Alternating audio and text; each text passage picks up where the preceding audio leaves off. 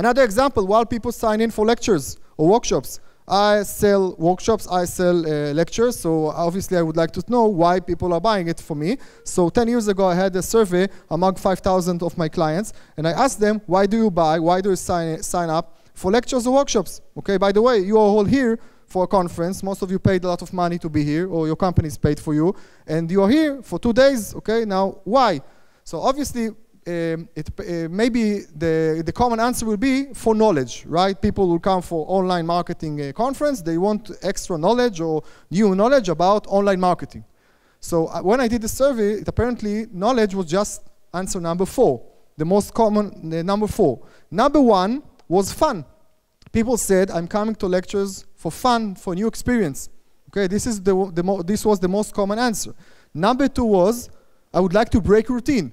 Break routine means that I'm going to the same office, the same work, the same job every day, travel the same road, the same traffic jams. Now I have a different day, 2 weeks from now, 3 weeks from now, great, I have a different day. I'm going to another route, another traffic jam, okay, I'm meeting new people, it excites me. Okay, today is Sunday, most of you usually on Sunday you go to another week at the office, and instead you went here, you have 2 new days, okay, if you came from abroad, again you break your routine. So number 1 was fun and experience. Number 2 answer, why do I sign up for lectures and workshops, was break routine. Number 3 was networking.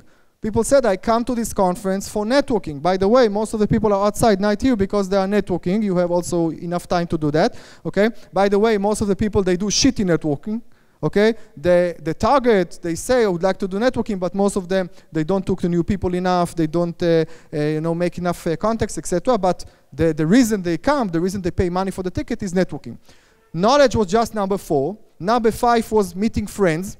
The difference between meeting friends and networking is networking, I meet new people. Meeting friends, I meet people I already know. So for example, it's a chance for me, an opportunity to come with my business partner or with my spouse or something like that. So people uses the platform of a conference or a lecture to come with someone they love.